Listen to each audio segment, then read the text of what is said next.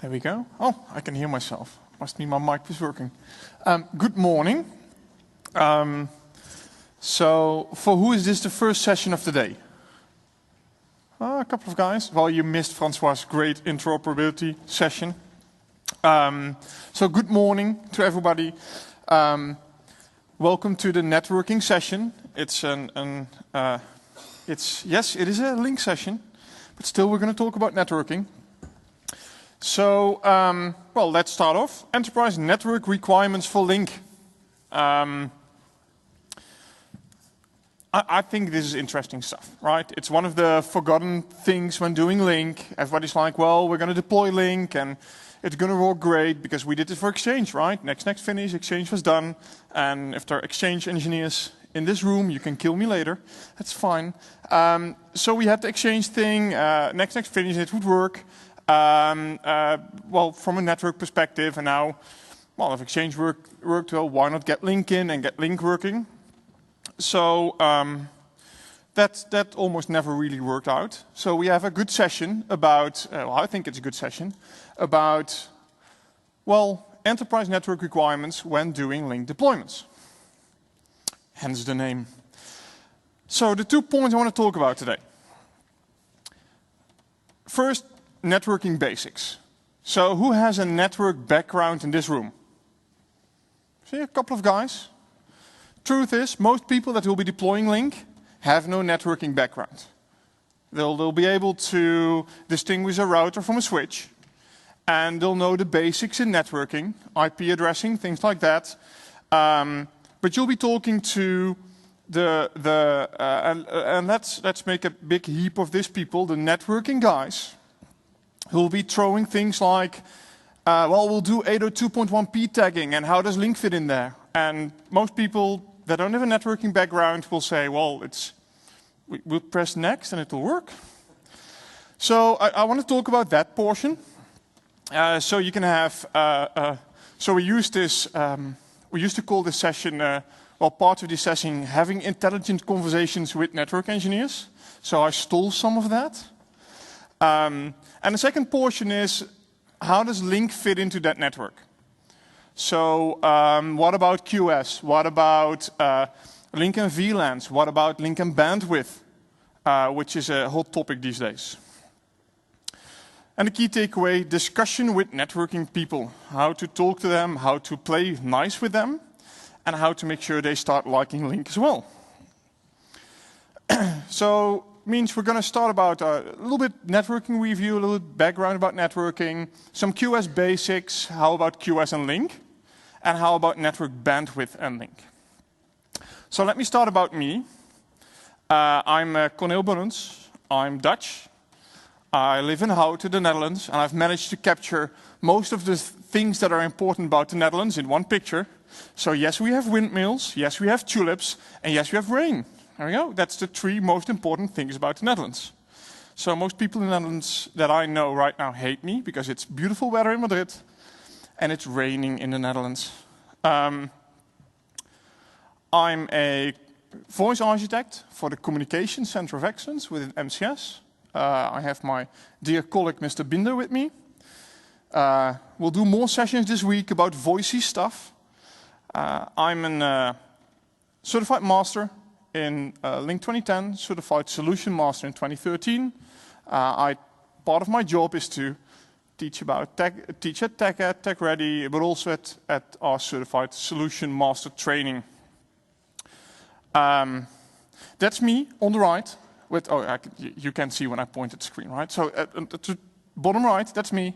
You might have figured it out. I was at Disneyland, so I get to visit some cool places every now and then. And I had this thing on the right open, so I put in a portion of Star Wars Lego, which I started collecting, and every one of my colleagues makes fun of me for that, but still. And if you ever want to annoy me in any formal way, kbullens@microsoft.com, you can ping me, you can IM me, call me, especially when I'm at Do Not Disturb. That's the best point to start video calls with me. So that's me. I also tend to walk around a lot, but since I spilled coffee on myself this morning, I'll try to not move away from the stage. I talk a bit fast, I know that. So I'm conscious of the fact that there are a lot of non-native English speakers in this room. So if you missed something, please ask me and I'll clarify. I know most of you are non-native English speaker. I'm not a non-native English speaker, which means I start making up English words. It's fine. So, networking review. Let's do a quick recap, let's do a recap on networking terms that you'll be using when talking to the networking guys. So, we'll start off easy, right? So we have WANs and LANs, wide area networks, local area networks. The thing we care about are the wide area networks. The networks that connect our customer sites together. Local area network, well, gig to the desktop, that's sort of the standard right now. To be fair, if you have an issue to run Lync in your own LAN, your issue might be bigger. You might want to solve that first before looking at the WAN, and Lync, well, I think any product would start to fail at that point. Some of the layers, I'm not going to bore you with the OSI layer. The two layers that I'm going to touch on today, layer 2 and layer 3. The stuff that we mostly use, IP and just IP addressing and talking to each other, is layer 3. That's the thing we're interested in. That's the layer that Lync likes. Layer 2, basically the Ethernet frames, what the internet is built on, what the network is built on. Some OSes, which is where it's important to make the distinction. We have a class of service, which is an old networking term to describe a layer 2 classification mechanism, a priority mechanism. We have type of service, TOS, which is what we use at layer 3, which is something that Lync can reference to.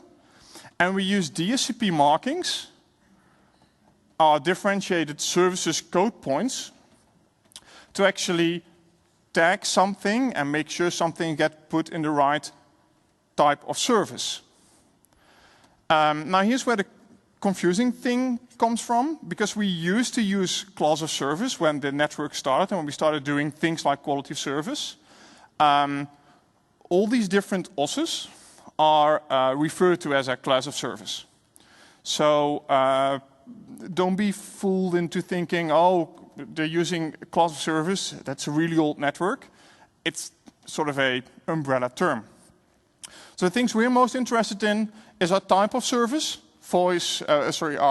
this is high priority, medium priority, low priority, and the markings to mark that traffic to make sure it gets put in the right type of service. VPNs, virtual private networks, QoS, quality of service. So, and I'm going to touch more on that later on. To be clear, DSCP markings are not quality of service. They're a part of quality of service. Quality of service is basically making sure you get the best type of treatment for your sort of traffic. So, making sure voice gets as fast as possible from A to B can be considered to be done by quality of service. One of the mechanisms is queuing, queuing priority, setting diff-serve tags, things like that. And the last vocabulary term today would be MPLS, multi-protocol label switching, or better known as the cloud. That's what the networking guys will call the cloud. It's always referenced in pictures as a nice cloud, hence the term. So what's an MPLS network? I really like this definition. It's a network. It's a layer 3 WAN. Means it's an IP level WAN. It's built by a service provider to sell bandwidth to many customers and could potentially guarantee a quality of service over that network. So apart from selling you the MPLS WAN, they could also sell you a 10% gold class or diamond class, things like that. The beauty of the MPLS WAN is it's any to any. So A to B doesn't mean it now has to traverse your data center. It can go directly from A to B. We allow separations, or you can call them VLAN, however you'd like to call them. between customers. So you have your own little private network over a large area network, a wide area network, and they could potentially provide you internet services inside your cloud. Usually when you're talking about your cloud with a network engineer, this would be the reference, the MPLS WAN. So what kind of WANs do we have? It's fairly safe to say that if your customer is talking about their WAN, they're talking about their MPLS cloud. Most customers at this point would have an MPLS cloud. As soon as you get into the more difficult customers, well, challenging customers, they probably have multiple MPLSs connected to each other based on cost in that specific region. And it sort of becomes a star network of multiple MPLS networks. But overall, safe to say, MPLS. So what about the internet? Well, it's a WAN. It's a big cloud. I can go reasonably any to any in an internet environment. The thing is, it's a public network. So the main difference between an MPLS WAN and your internet WAN at that point would be if I send data from A to B, I have control over whether the packet reaches or not.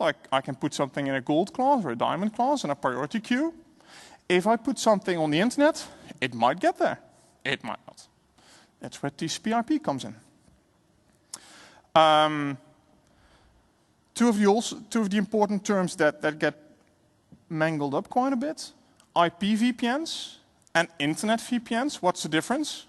Well, an IP VPN is a MPLS cloud. It's a connection between two networks or two routers or however VPN concentrators, whatever you'd like to use.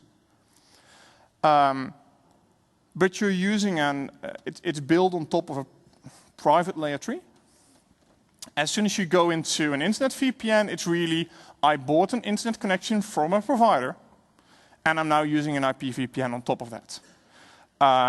Which means that IP VPN, sure, you can do traffic prioritization.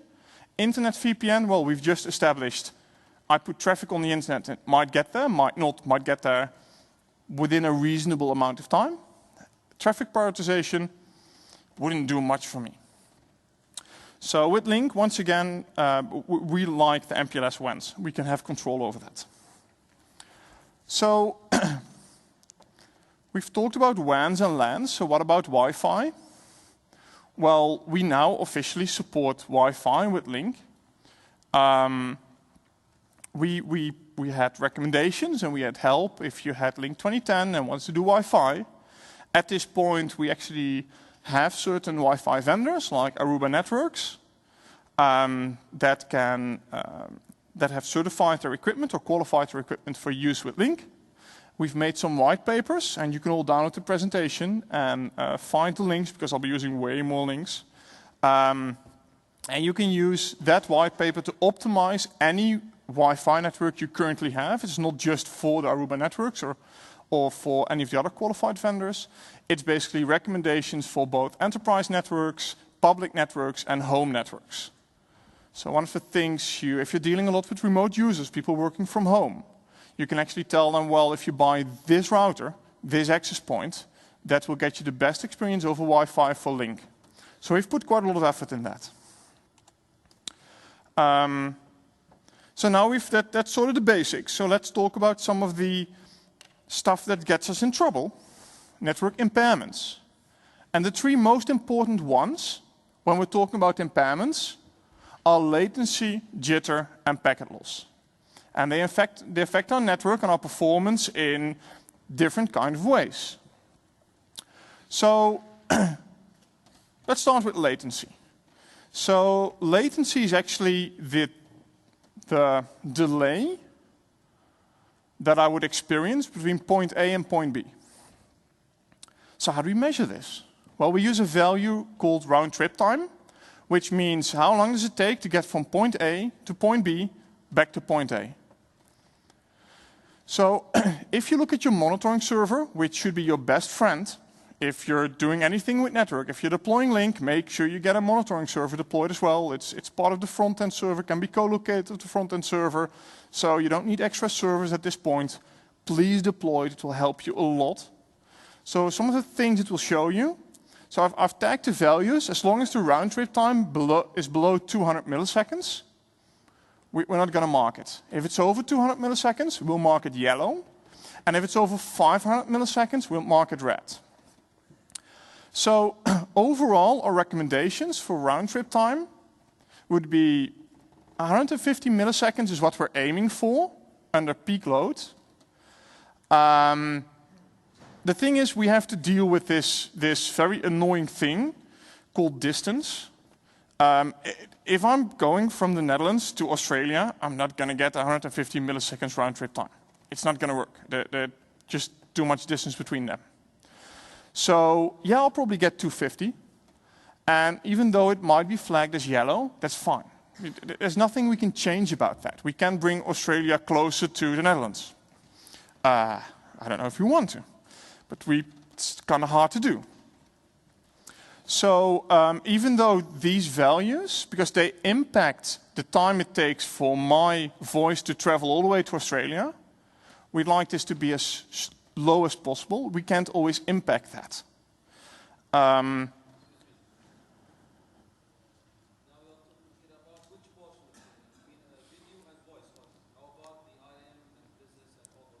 Okay, so the question is, so we're talking about voice and video. What about IM and presence? So I'll get back to you on that later on. In short, in general, you wouldn't really care about delay for IM and presence, because if I type a message and it's going to take half a second to get to the other side of the world, the one thing I would see in my Lync client is person X is typing a message. And that would take half a second longer. So that doesn't really matter at that point. Okay, but we'll touch more on that later on.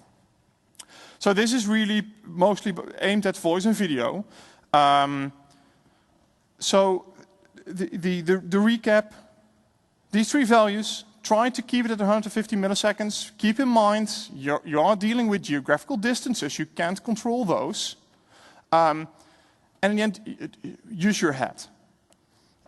If I'm talking about a distance of Madrid to Barcelona, and I'm getting a round trip time of 150 milliseconds, sure, that falls within my that's great category. I would still think the network is bad. 150 milliseconds to get between two places reasonably close? No. That should be 40 or 50. So think about this, and this is just from the networking point of view, right? We report on the networking point of view. Because where stuff gets confusing is when we start talking about we like 250 milliseconds round trip time, but that's mouth to ear. So that's really when all the codecs are getting involved, the media stack, all that other stuff. So this is just a network layer. So the one statement we always make sure your network can handle a network-based round trip time of 150 milliseconds under peak load. Which brings us to jitter. So what's jitter? Jitter is actually so if we send a packet from A to B, it's not like there's this one train where everybody gets in and the train continuously keeps running.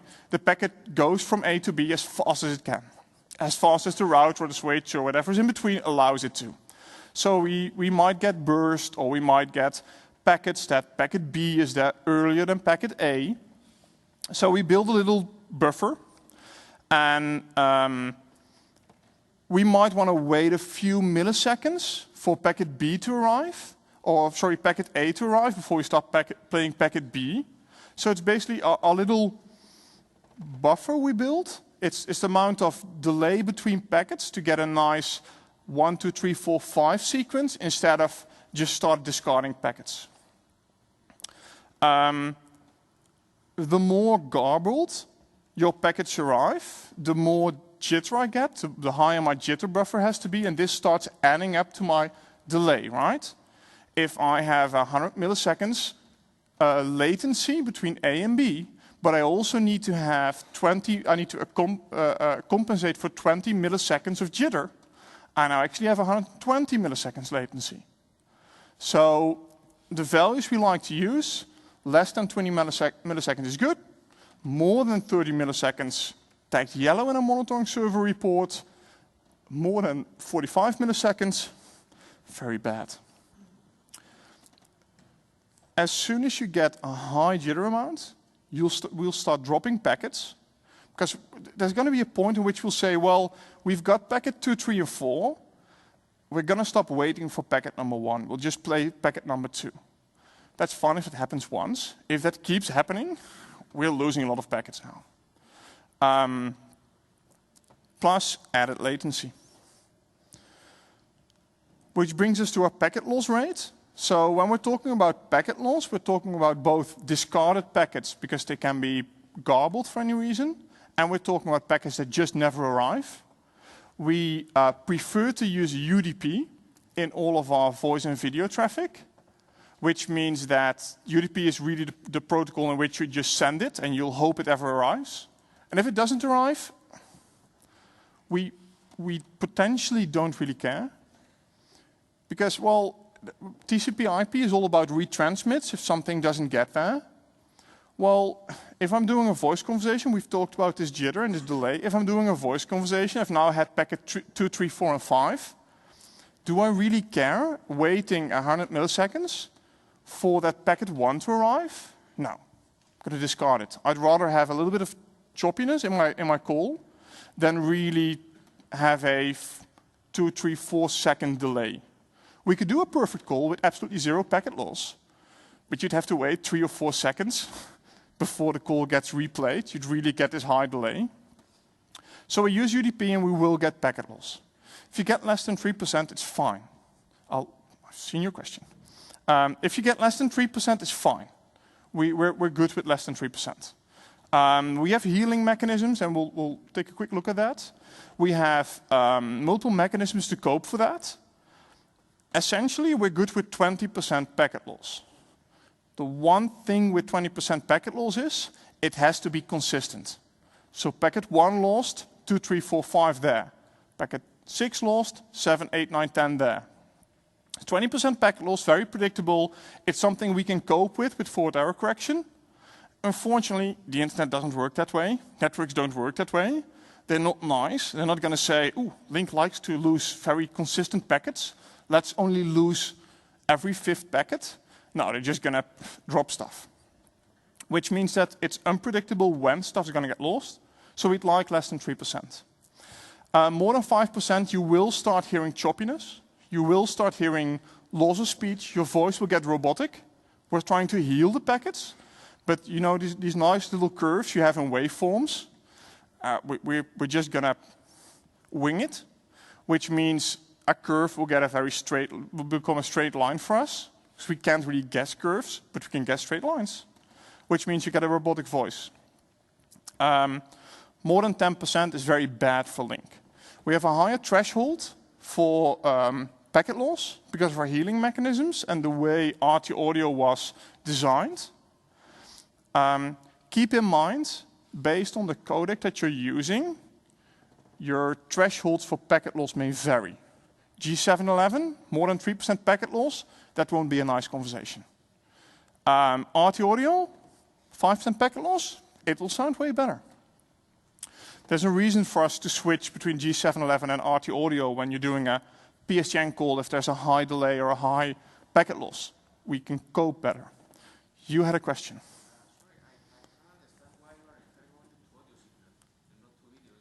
So why am I only referring to audio signal and not video signal as well? So this would be true for both video and audio. Same for, by the way, same for the previous slides. These are true for both audio and video. The thing is, video handles packet loss differently. With video, you get like you get a super frame, which is your complete picture, and then you get updates to that picture. That's how video works. And packet loss gets treated differently. And I'll be at the booth at 1:45, the Lync booth, and I'll be very happy to explain this in great detail. But in essence, these thresholds are true for both video and audio. The way it's handled in the end is a bit different. We will always prefer audio over video, by the way.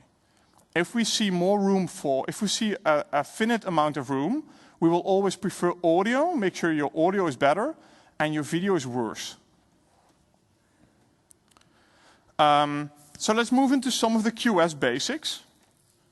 What about this whole quality of service?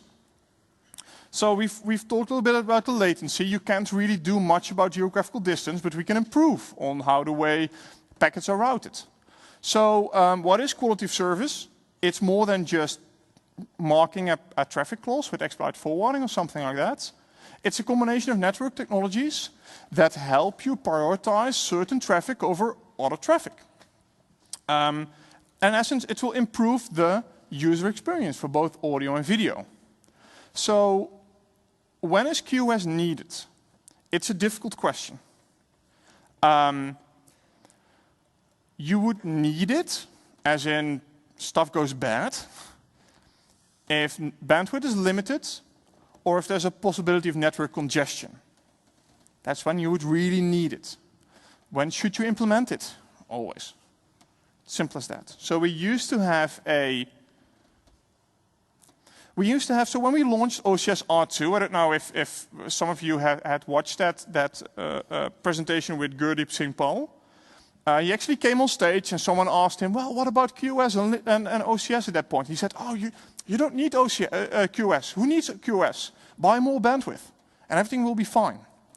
So we, at this point, we have some white papers, and our general recommendation is use QoS.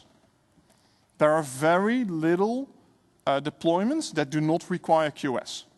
A 5-person deployment on a gigabit switch would qualify as a no QoS needed deployment. I'm thinking there wouldn't be that many of those deployments. You will almost always need QoS. So one of the things we've done is we've released this white paper. We're becoming more and more clear on how to implement QoS, why implement QoS, and how to do this effectively with Lync. Our own IT department, responsible for over 100,000 enterprise voice seats within our production and deployment, basically saying, well, as soon as we turned on QoS, everybody was way more happy. And yeah, I was part of that. I'm part of certain discussions with the QoS teams and the teams responsible for managing Lync. It really helps us. It's please do. So I talked about this buy more bandwidth. Doesn't really work, right? Because even if I have a gig to desktop, or in this case, I have 100 Mbit WAN link for 500 users, which could be considered quite excessive for just 500 users. You'd more commonly see at 20 Mbit. If I'm just deploying a 15 meg antivirus update from a gig server, I actually have 10 minutes where my WAN link will be just full. So what about Lync at that point? I have 100 Mbit. I bought more bandwidth. I did exactly what Microsoft told me to do. I bought more bandwidth. I've got way more bandwidth I would need. Still, my quality sucked. What can we do about this? So with QoS, our bottom line is, depending on your traffic, give it prioritization. Make sure Lync voice, Lync video, or any type of video or voice is prioritized over an antivirus update. So yeah, it's critical. Yeah, we need to get it there as soon as possible. But if it's there 1 minute late, 11 minutes instead of 10, and ensuring your video and audio still work great, I think that's worth it. So we have different QoS mechanisms that we can use. So I'm going to talk a little bit about queuing, because that's the most commonly used way of doing QoS. We also have shaping, congestion avoidance. We have some vendors here this week, like the people at Riverbed Technologies. I'm sure they can explain this way better than I can. But there are a lot of ways, but the most common way we see, the most common deployment we see at customers would be different queuing mechanisms. It's the way we base most of our recommendations on. Different ways to distinguish those traffic types with quality of service, based on ports, based on VLANs, based on 802.1 or COS tagging, diffserv, type of service tagging, which is the one we always prefer, MPLS tags. We have a lot of different ways, and then I'm just leaving all the fingerprinting technologies and things like that out of the scope. So, very simplified, classification versus marking, very, very simple. I have a traffic. So when I mark traffic, I can then classify the traffic. Two different things. So I've marked my traffic as being voice. So I said, this is voice traffic. Please ensure this is handled in an expedited forewarning way. So in this example, you'll see EF being used for our VoIP traffic. You can see AF3 being used for our applications. So you start off with tagging the traffic. What's this kind of traffic? Voice, video, sharing. Is this perhaps a critical business app? And then before you put it on the WAN, on the left, the big pipe is a WAN representation. How should I handle this? Should I give this prioritization over everything? And that's what you commonly see the tags for. Expedited forewarning means low latency, low delay, low loss. Just takes precedence. So the main distinction, we type the traffic, classify the traffic. As soon as we know what kind of traffic it is, we can prioritize or deprioritize, or we can actually do a quality of service on that traffic, provide a quality of service for that traffic.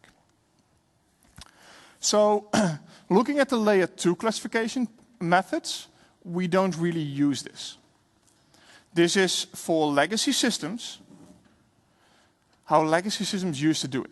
Right? You used to have voice VLANs. And you just say, well, I'll give this VLAN prioritization over everything else, which is fine, because you'd have a complete VLAN with all the voice traffic in it. It's easy. If it's in this VLAN, precedence over everything. Well, with Lync, our primary phone is a soft phone. Yeah, putting a PC in a VLAN that gets precedence over everything, that's not going to happen. 802.1p traffic marking, it's the same thing, layer 2 priority mechanisms. You now have to do funny tricks with your PC, different ports, and it's not going to happen. More of a reference slide, this is the stuff that's never going to happen with Lync. In short, you might see VLAN tagging with IP phones. We've actually changed the statement. We're saying even if you have IP phones, don't use VLANs. Put them in your production network, use DHCP or port-based tagging. Make sure that the traffic is classified, not a VLAN. Which brings to the things we do like. Port-based marking. So you can basically limit Lync traffic to certain ports and tell them, well, if this is coming from port 51,999, up to or down to 51,500, or maybe even a smaller range. We need 20 ports per modality. Mark this traffic as expedite forwarding. It's hard to set up. Well, hard to, it requires a lot of due diligence and requires a lot of writing it down correctly and sticking to this to make this work. Our experience is that that doesn't really happen all that much. So we need an easier way. Instead of configuring all my routers, all my switches, we want to do this easier. So what's an easier way? Just set a DSCP marking, which is something you can do with Lync. Lync can mark its traffic as being expedite forwarding, can mark its traffic as being assured forwarding 43, things like that. The one thing that sort of holds this back is I now have a PC that's capable of doing DSCP markings, which means there's always going to be this one guy in your company that really likes torrents and really wants to download quite quickly, and just found out if he downloads this one program and now starts tagging all his torrent traffic with EF, his torrents go really fast. So while we recommend DSCP markings, while we like DSCP markings, what you'll see at most customers is a combination of the two. So it's a DSCP marking on a lockdown PC that doesn't allow for any other markings, combined with port-based markings. And you'll see centralized or WAN egress routers and ingress routers allowing only DSCP tagging from certain IP ranges and certain port ranges. So we don't do DSP tagging on a router level at that point, based on port ranges. We'll actually do it on a PC level, which is easy to change, easy to maintain. And the only thing your ingress and egress points, your routers would do at that point is actually allowing or stripping the DSP markings. Stripping rogue markings, allowing true markings. So in short, how does DSP queuing work at that point? It's not going to spend too much time. On the left, you'll see your train coming in of packets, all the packets converging, going into the queues. And now based on the classification, whether it's EF, AF, whatever, we now put them in different queues. And we'll make sure that Q1, if anything is in Q1, we'll stop processing anything in the other queues and make sure Q1 goes out. Only if Q1's empty, we'll start processing Q2. And only if Q1 and 2 are empty, we'll go to Q3, etc., etc. Or a combination of the sorts. And this is where you see that combination. Unless you really like to spend days and days in a room with networking guys and talking about the different ways of queuing mechanisms and how you really like Lync to be in a very specific queue and how their router should use that, I would stay away from these talks. These are not fun talks. If you're a Lync engineer or a Lync architect or whatever you are, chances are they'll know more about this and they'll trick you into wrong answers. Saying voice traffic should be expedite full warning is enough. Don't get into these conversations. They're difficult, they require a lot of networking knowledge, and in the end, the customer in general knows their network better than you do, and how the network would respond to traffic. It's a difficult conversation to have. I know about networking. I don't like these conversations. I'll just go, yes, EF. Where's the coffee?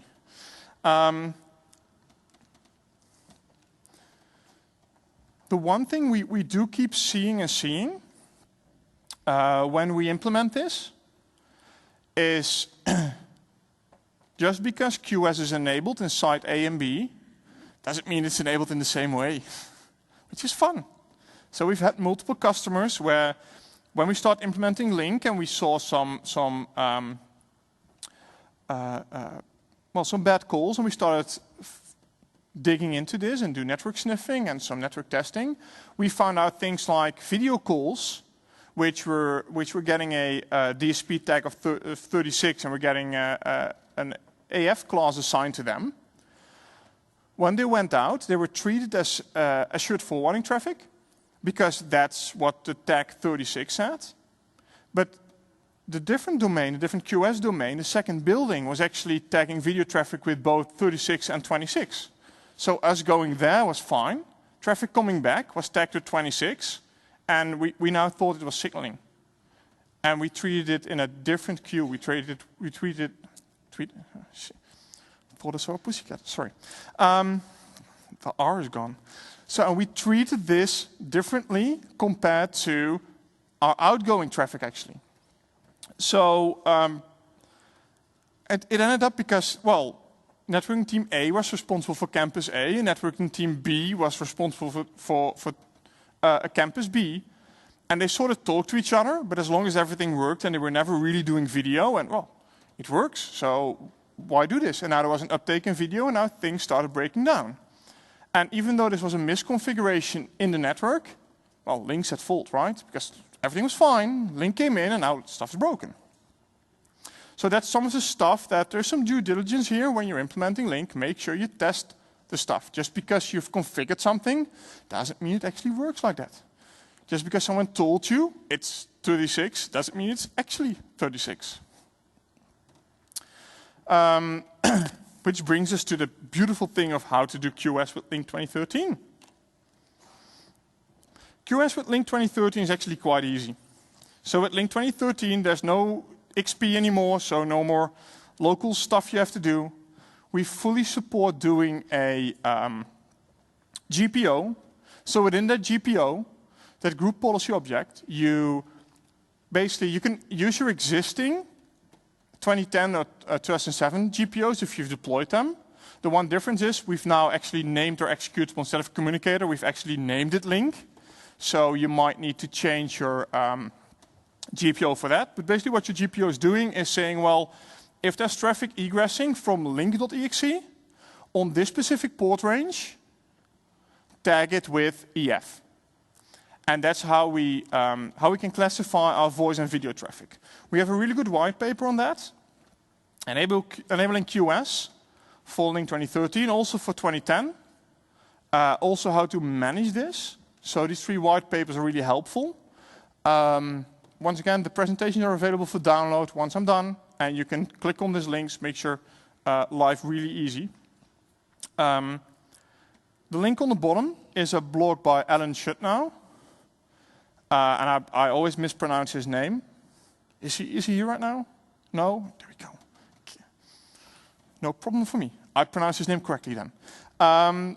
He writes some really good blogs, and one of the blogs he wrote about is how to enable QS with Lync 2013.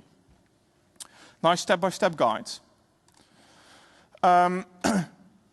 Enabling this QS is the same for both servers and clients. We fully respect the GPO. The thing is, on the server, it's not called lync.exe, right? We've got the avmcu.exe, all the different processes. Configured a little bit differently. We will use the GPOs. They're centrally managed, so it's this one-time setup and deploy thing you have to do. Once again, this is explained very well in our documentation and our white papers, the step-by-step guides. And we can tag way more than just a client. If needed, we can tag traffic coming from and to the SIP trunk provider. Maybe your SIP trunk goes over your MPLS cloud. I would really like to have that SIP trunk then tagged with expedited forwarding. IP phones. It's a nice thing. They don't honor GPOs, so we still like to tag them. Internet-based clients, we might want to tag the traffic coming from the edge server back into the corporate network. And of course, the server-initiated link traffic. So it's actually really easy to validate QS. That's the one thing that almost no one does. They always implement QS, and then we're done. If you take something like the Microsoft Network Monitor or Wireshark, whatever's your preference, and you start looking at your packets, you'll actually see that there is a DSP field. Actually, it will actually tell you if this packet is marked or not. In this case, you can see the differentiated services code point is expedited forwarding. So you can see, sure, I've enabled QS. Does it actually work? And you can also do end-to-end verification. I set up a link call. I'll run a sniff on both my starting and my endpoint. Okay, I tagged my outgoing traffic with EF. When the traffic comes in and has traversed the WAN, is there still an EF tag on it? Did any of my routers now just strip off my EF tag? The default configuration of almost any router is, if there's rogue traffic, strip out the tag. Don't respect it, just strip it. It's one of the ways to find issues like this. So we have a really large worldwide deployment where we found out that, or even though the customer was paying for 3 years for Diamond and Gold class on their entire WAN, all the routers provided by the service provider were actually configured to strip off any form of DSCP tagging. So, yeah, they've been paying for 3 years, never been used. Oops. We found that. They were very happy with us. Not so happy with the service provider. There's one thing, it's just forgotten. This has been running for 3 years. They thought everything was enabled. It's probably, you'd probably have an oversubscribed network by then, but sure. Trust, but verify. One of the most underestimated roles in the Lync server, and I'm sure that all my fellow speakers say this about this specific thing that they're talking about, specifically the persistent chat people. I still believe one of the most underestimated roles within Lync is the monitoring server. It's a part of the front end now. Just when you're installing Lync, you can immediately deploy your monitoring server, and it will give you great report. It will tell you exactly what's going on from a network perspective. When Lync's running, we do there's an RTCP stream. So whenever you look at bandwidth, there's always the little add 5 kilobit for RTCP for audio, add 10 kilobits for RTCP and video. This RTCP stream is the way we control our media. It's a real-time control protocol. We use this to make sure if we need to change something or want to exchange statistics about the call, measure packet loss, we do this in the RTCP stream. No, we don't do this in the signaling stream, it's RTCP stream. Beauty of this RTCP stream is it will actually give us detailed results about the call. So we can measure things like a 20.92 packet loss rate. And we'll report on that from both sides. So it might be that the packet loss rate from A to B was higher than from B to A. Remember that 36-26 mismatch? Something you'd find with this. Average round trip time, average jitter. So we'll report on average values, max values, all in this free, nice little monitoring server. So please deploy them, please use them. We have great white papers on how to actually use this. There was a session yesterday that you can look back about this monitoring server, how you use this optimally. One of the things that I think Microsoft is still famous for is that we build stuff and then we send it out and we sort of say, well, you can do whatever you like with it, and sometimes documentation might be lacking. It's not for the monitoring server. There's a great white paper on this that actually has all the tables in SQL that we use, very well documented. And any form of custom reporting you want to do on this, you're completely free to do this. We have some partners that made great reports on this and really do a deep dive into all these values. Because there's way more information than just this. This is the basic report that we give you. You can go way deeper. This brings us to a controversial point. So, let's do a Q&A, because I've been talking for quite a while now. I still can do my R. So what would use more bandwidth? A peer-to-peer video call or a conference multi-video call? So raise your hand if you think it's a peer-to-peer video call. So raise your hand if you think it's a multi-view conference call. You guys are wrong. It's a peer-to-peer video call. It's, and I'm not just saying this to prove most people wrong. It's not like it is different every session, right? I have statistics on that. So there are certain things about multi-party video with the standing row, the multiple simultaneous video streams that are misunderstood. I'd like to talk about that for a little bit. So, types of network traffic, how does traffic actually flow in Lync?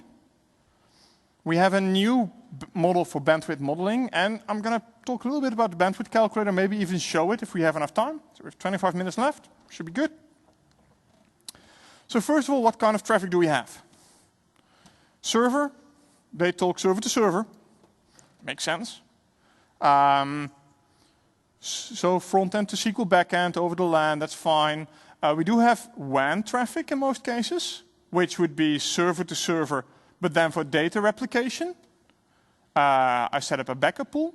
That data has to be transferred between the pools. SIP signaling between the pools. But we also have some user-generated. So if no user would log in ever, we'd still have this SIP signaling and this data replication between the pools. But as soon as users actually start using the product, which we'd like, you'd get media content signaling also added to this mix. So let's take a look at this user-generated traffic. Two types of traffic. First, we always think this traffic is significant, right? It's a user. This user is using it, we'd like this traffic to be significant. Well, we know it is, or else the user wouldn't be using it. So what do we call, so we have to make a distinction between, is the traffic actually predictable? Do we think this traffic would, can we sort of guess when the traffic's happening and how much traffic would be happening? Or are we in the great unknowns right now? So what can we predict? SIP signaling for presence. We can predict instant messaging. We can take a global average. We know how much instant messages would be sent on average by any person. How much audio calls, how much video calls, both peer-to-peer and multi-party, how much ingress and egress, PSTN calls that would be happening. Some desktop and application sharing, it's fairly predictable, right? We've worked in the past with a lot of customers, we got a lot of user data, and all this user data basically teaches us how much peer-to-peer calls should I expect, how much in every conference call. So, no, I should rephrase that. Out of how many conference calls would I expect there to be data sharing? Things like that, and we know this. We can calculate traffic for that. Thing is, so where does it get difficult to predict this traffic? File transfers. We know how many file transfers would be happening at any given point. We can predict that, but we don't know if your company is is making a habit of sharing ISO files or just sending a Word doc. PowerPoint sharing. Sure, if it's a static PowerPoint with a few pictures like this, it's fine. But we support a video in PowerPoint. If every PowerPoint I have has a video in it, it's going to use a bit more bandwidth. Attachments. Do people attach stuff to conferences? Maybe a 1 meg PowerPoint, maybe a 35 meg use manual. We can't really predict that, especially persistent chat communication. It's one of the things you use it or you don't. And once you use it, maybe you're a bank and you use it quite a lot. Maybe you use it just a little bit. We can't really predict that type of traffic. We know it's there. So we take a wild stab at it, which is sort of right, but it always has to be changed for your specific situation. And how can we predict this? Well, we can predict this because we know what kind of codecs you would normally use. If it's a peer-to-peer call, it's going to be RT audio. Depending on the network conditions, we would switch from RT audio to any different codec. We would know that if you're in a conference, you'd use G722. We would know if you're in a conference with the Lync room system, you'd choose G722 stereo. And because we know it's the only time where you would use that specific codec, it's very easy to exclude or include. How many Lync room system calls do you think you'll be having? I don't have a Lync room system call. Well, easy answer. I don't have a Lync room system, no calls. Siren, used in backwards compatibility, but also our mobile client uses Siren by default. So, and G711, of course, for our PSTN calls. So all these things we can incorporate in our traffic prediction. Also, we can use this in our fingerprinting. Well, our vendors can use this in their fingerprinting. So, looking at some of the bandwidth profiles, so what we can do, if you're trying to predict the amount of traffic and scale your network for that, will give you typical bandwidth numbers. The one thing to be aware of, and this is probably poorly translated from Dutch, the law of greater numbers. The bigger your deployment, the more valid these numbers become. If it's, once again, the 5-user deployment, all bets are off. If I'm calculating for 10,000 users, these numbers are pretty spot on. So we can, the one person using a lot of bandwidth will be, he will have his challenger with someone that is using very little bandwidth. It will even out quite nicely. So we provide you typical bandwidth, average bandwidth, for all of these different codecs that you'll be using. And a typical bandwidth is calculated on a 61% speaking time. It's sort of an industry standard. We predict that in every call there will be 61% of you talking, which leaves 39% for you listening, which sort of means that there's still this 11% of the time that both parties would be talking, which is probably something you recognize. I've been told, well, it's not entirely true. If I call my girlfriend, it's like an 80% mix where we're both talking like 30% of the time. I don't know how that happens. But it's supposed to be 90-10, 90% her talking and 10% me talking. Doesn't always work out that way. Anyway, I digress. So these typical numbers, they have RTCP, they have everything involved. This is the average numbers that we're giving you, and we're telling you, well, use these numbers to calculate for link traffic. We know the scenarios in which they're being used. We know the traffic for those specific, we know the typical bandwidth. So the differences that we have in this table, it's the typical bandwidth, no forward error correction. Upper limit, so what's the maximum bandwidth this codec would be using? So that's 100% talking time, including the overhead, packetization, RTCP, everything. And the upper limit with forward error correction control enabled, and forward error correction kicks in as soon as you have packet loss. It's basically the art of sending packets twice. So this one big beast in the room that we still, that no one always asks us about, and we don't always explain properly. So RT audio is a variable codec, it's a dynamic codec, and we can change the packetization time. Which means if we find a network in which we need to change our packetization time, we can.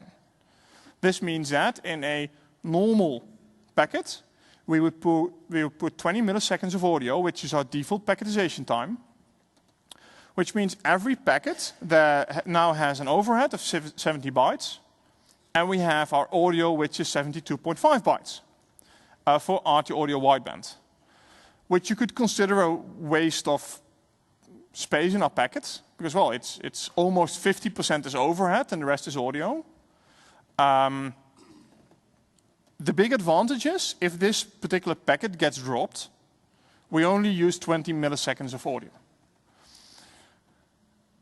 Drawback, well, quite a lot of overhead, right? 50%. So what we can do, if we now actually see, if our media stack actually sees, this is a very reliable link, but my RTCP control channel is telling me just little bandwidth available, let's change this. So what we'll be doing is adding more audio in the same packet. So we'll change the packetization time. So instead of 20 milliseconds, we'll be using 40 or 60 milliseconds. So you can see in the 60 milliseconds example, you can see that, yes, we've added 40 milliseconds of delay. Once again, I don't really care if my delay is really low at that point, and my media stack knows this. I can now have triple the amount of audio in the same packet. Drawback, if I lose this packet, I've lost triple the amount of audio. So that's our packetization time. That's why we report on our packetization time. So if you have a low bandwidth, high packet loss link, and we've actually had to up our packetization time, you're in trouble. You now really need to do traffic shaping in any form of way. By the way, the packet overhead, as noted, includes all overhead there is, like the SRTP headers, things like that. So what do we consider user-generated traffic from a link perspective? SIP-to-SIG signaling, peer-to-peer audio, multi-party audio, PSTN audio hasn't changed from Lync 2010. The values we had for 2010, same for 2013. The only thing we've added is a G722 stereo codec, which is only applicable from a receiving side for most clients, because, well, it's still no stereo mic in my PC, and only if the Lync room system is sending out audio. So, in general, hasn't really changed. So what has changed? Video. And we did this little hands-up exercise about what uses more. So what's important to see here is that the example we use is the example we really like to show you, right? It's the big thing. You have 5 active video streams coming in. You have your own video. They're all using video. We call this the standing row up top, and we call this the sitting row below. And we have a PowerPoint presentation. This looks beautiful, right? In practice, you'll see on average 2 or maybe 3 people having video and 2 people having a picture up there. That's the average that we've measured over all of our deployments. Our TAP customers, our own deployment, a lot of people don't enable video. Still, way more people than with 2010. We see a dramatic uptake in video. Still, on an average conference call, 2, 3 people will have video. So, with Lync 2010, we had 3 video resolutions. We had CIF, we had VGA, and we had 720p. That's 3 choices you can pick from. With 2013, we have over 30 different resolutions because we like to choose. And why do we like to choose? Because it makes absolutely no sense in this scenario to send out 5 HD streams. So what do we do? So on average, these streams will be 240p. They will be 16:9. They will be widescreen, but they will be really small video streams coming out. We will scale our video depending on the size of the receiving end. And a normal conference call will either be when there's no PowerPoint contact, will be PowerPoint or any sharing content will be 5 times 240p. And when there's actually content, it's something like 5 times 108p. I've written it down somewhere here, so we'll take a look at that. And the beauty is, 5 times the sharing video, the 108p, actually uses a lot less bandwidth than that one video you'd get with peer-to-peer. So we have everybody up in arms going, well, you've added multi-party video. That's the first thing customers say, right? We need to disable multi-party video because it's going to bring down my network. It's going to use so much bandwidth. No, not really. It doesn't. Oh, can you prove that? Sure I can. Take a look at that. So first, how does video work? So a peer-to-peer, Alice to Bob. We'll do a call. It's H.264 SVC. It's a scalable video coding platform, which means that we don't have to do any muxing on our front-end server. That's why we don't need the AVMC, the separate audio-video pool. It's all co-located on the front end because the only thing we do is drop frames. That's the beauty of SVC. We can just send out different resolutions from the client based on the PC capabilities. And the only thing we have to do on the AVMCU is drop frames, get it to a lower frame rate if needed. So Alice to Bob, they could do a 4:3 or 16:9 video. It's straight to each other, A to B. Front end just does signaling, and that's it. We can do a sub-SIF up to 1080p. You can even do on a ARM tablet. You could do 1080p. It's H.264 SVC, which means hardware acceleration on most platforms. So beautiful video, 4 Mbit. And we always talk about 4010 kbps because we have to add the 10 kbps for RTCP. So yes, this can be very bandwidth intensive. But the number we use, 4 Mbit, is the maximum bandwidth for full HD video. So the more you move, the more you have colorful shirts and colorful backgrounds. The more you do stuff like that, the more bandwidth you'll use. On average, it's about 2.1 Mbit that you'll be using in a full HD video. So moving from there, what if she would actually be using a pre-Lync 2013 client? We would switch to RT video. Simple as that. We are now using the 3 RT video resolutions, sending from Bob to Alice and back. So what about the multi-video? This is where the AVMCU comes in. So everyone is sending the video to the AVMCU, and the AVMCU now distributes this back to the clients. Important thing to note, if you're doing the multi-party view, so you can see that here, these are square, but they're actually sent out in 16:9 resolution. The one thing that's really cool, and I urge you all to try this, do a video call, make sure your video is on, and then have someone else step into the video. So you had this video where one person was in, now the second person goes in, that video will actually go to a widescreen video, and it will now show two people. Lync has this face detection mechanism in it, so it will actually widen your tile if there are more than one people in there. I think that's pretty cool. So if you ever feel bored, you can do a video call, a conference call, and test this out and see how the tile becomes a widescreen and then gets back to a tile if that person's gone. That's why we need to send them out in 16:9, and that's why if you move a little bit during the call, you can see the tile following you. So I'll send out my video stream gets sent to the clients. Each person sends out their own video stream, and their own video stream gets sent back to those clients. The thing to note, so if you do a conference call, normally it'll be up to 5 240p tiles. As soon as content's added, so it's 180p that we'll be using at that point. It's just a screen estate, right? And the video size we're sending out is the video size that's requested by the client. So if everybody's in this default mode using 240p video sizes, every client will request a 240p video stream from the other side. So you can see these are all the same, so branch 2 and branch 3 will both be requesting a 240p video from branch side 1. As soon as branch side 3 now decides to zoom in on that specific person in branch side 1, the RTCP stream will actually tell branch side 2, I don't need video from you anymore, which doesn't impact the video stream in this case, because branch 2 will still send video to branch side 1, but it will actually send a signal through the AVMCU to branch side 1 and tell them, well, I know you're sending 240p, could you please send me 1080p as well, because I'd like to see you in 1080p. That's how video works in Lync.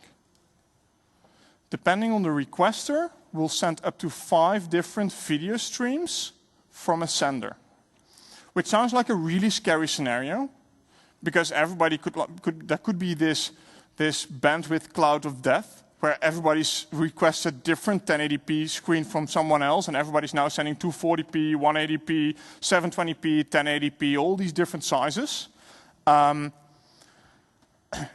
We've never seen that happen, and we have a lot of statistics. It makes no sense. It just doesn't happen. And this one time it happens, you can control this using call admission control.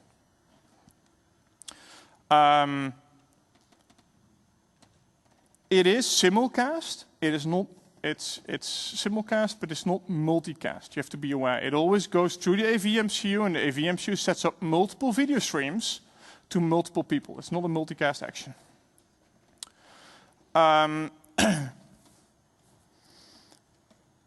We've talked about the SVC codec. It's temporal scalability. I just call it dropping frames. It is actually temporal scalability, where you can tell, well, the branch side now says, well, I don't have as much bandwidth available. Please only send me 15 frames a second instead of 30 frames a second. The AVMCU can now drop frames and send a smaller video stream. Let's go there. So this is actually the proof in the pudding. What we've seen on an average peer-to-peer call, 18% of the peer-to-peer calls would be around 200 kilobit. That's approximately the sweet spot for a video call. By default, 424 by 240. Some people go to 640 by 360. Which is the resolution you'd get if you would just press full screen on the client itself. So you'll still have the IM window, and you'll get your own video, and you'll get the other video. And you really have to go to a full screen video if you want to see 1080p. This is average send receive, so that means that an average video call will consume approximately 200 kilobits. So as soon as we go into the conference calls, you see actually that an average video call, most video calls used around 40 to 70 kilobits. And some of them used up to 200, but you can see if you look at these values for peer-to-peer, and you look back at the conference calls, you can really see over the 200 kilobits, almost no one does this. And the reason why almost no one does this, no one can. You can't fit 5 1080p streams on your one single screen. You need a really big screen for that. So that's the one concept you have to keep in mind. We only send the video screen sizes that are requested by the other clients. And we honor the screen estate for that. And we've documented this thoroughly on TechNet. So you'll see, actually it's not a mistake, it's the truth. The sizes for incoming, for conference video, the bandwidth usage is actually lower than the usage of peer-to-peer video. All this data, by the way, is coming from all of our tab deployments, our internal deployments. We keep monitoring this. We have a lot of customers that are giving us these nice values and are helping us. Which means we've also updated our bandwidth calculator. Who has ever used this bandwidth calculator? A few people? So the one thing I'm going to tell you, if you're, and once again, kbullens@microsoft.com for all your hate mail. If you're doing a Lync deployment over a WAN and you haven't used the bandwidth calculator, you're doing it wrong. It's a very firm statement, but it's the only statement I can give you. If you're having quality issues, it's because you haven't used this bandwidth calculator. The guy that built this thing, Mr. Ostrovsky, he's my direct colleague. And that guy is a scary genius when it comes to bandwidth numbers. So whenever I need a number, I just call him, I tell him, well, I'm doing a peer-to-peer call, it's this very specific resolution. He's like, oh, it's that many kilobits. Oh, don't forget the RTP stream, it's going to be this big. And oh, if you're going to do this, this, and this. I'm like, dude, I got my number, I'm fine, it's good. The amount of work in this bandwidth calculator to get all the numbers right, to get this vetted by the product group, it's enormous. This can be considered a live work. I think if he would just hand this to our managing director and then tell him, I'm going to retire because this is done, I don't even think he would disapprove that. Please use this. There is a Word document attached. So you see a demo. I've got 1.5 minutes, and you can come up to me after this and ask me all the questions you'd like. So there's a Word document attached to that, which actually helps you go through this bandwidth calculator. So how to use this, what do the different values mean, because there are a lot of values in there, how to use this effectively. So we guide you through the calculator. And once you start using this calculator, it will tell you anything you need to know. It will tell you, you can define all of the sites you have, your central sites, which have Lync pools, your branch sites, whether they have PSTN breakouts or not, whether they have direct connections into your central site, whether they could always use G711, RT audio narrowband. It's all question-based. There is no in-depth knowledge of how Lync uses the video streams required, all the different streams. I would highly recommend using it, knowing that. But if you go through the document, you'll get a pretty good estimation. It's always an estimation. You get a pretty good estimation of how much bandwidth usage should you expect. And this bandwidth usage will be very detailed. So it will tell you exactly, there we go, how much bandwidth should I expect to be there for over my WAN, my peak WAN, my peak video, my peak audio, my peak inter-site traffic. And I can apply any traffic model to this. So I can tell them, well, I've got really high users, sorry, that's a bad word to use, I guess. I've got people that use Lync a lot of video. For instance, in the Nordics, we have a lot of video usage. The further south you go, less video usage. And you can compensate for that in this calculator. So if there's one takeaway from this session, use this calculator, go home, when you're in the plane, you can download this, have fun, it's good, well, before getting a good nap. So take a look at this. It will most definitely help you during your deployments. Which means that, you see, when the timer is 0, I have to stop, right? I think the last slides only told me session takeaways, have a better understanding of networking QoS, so I hope I sort of did that. Talk a little bit about the Lync bandwidth usage. How does Lync use its bandwidth? Why? What are average traffic numbers that you could expect? And I hope this better prepares you for any of the networking conversations you might have in the future. Once again, this presentation is available for download, so you have some resources you can download. You have my email address, once again, open for all hate mail or questions. And some related content. I think we've had the other sessions already. I'm supposed to be at the booth at 1:45. I'll probably go there now. So if you have any additional questions, if we get kicked out of the room, then come to the Lync booth. We're in the Tech Expo. It's the thing that's conspicuously marked Lync. And I'll be hiding somewhere there. You can ask me any question you'd like. So I'd like to thank you for your attention. And I hope you have a great rest of TechEd.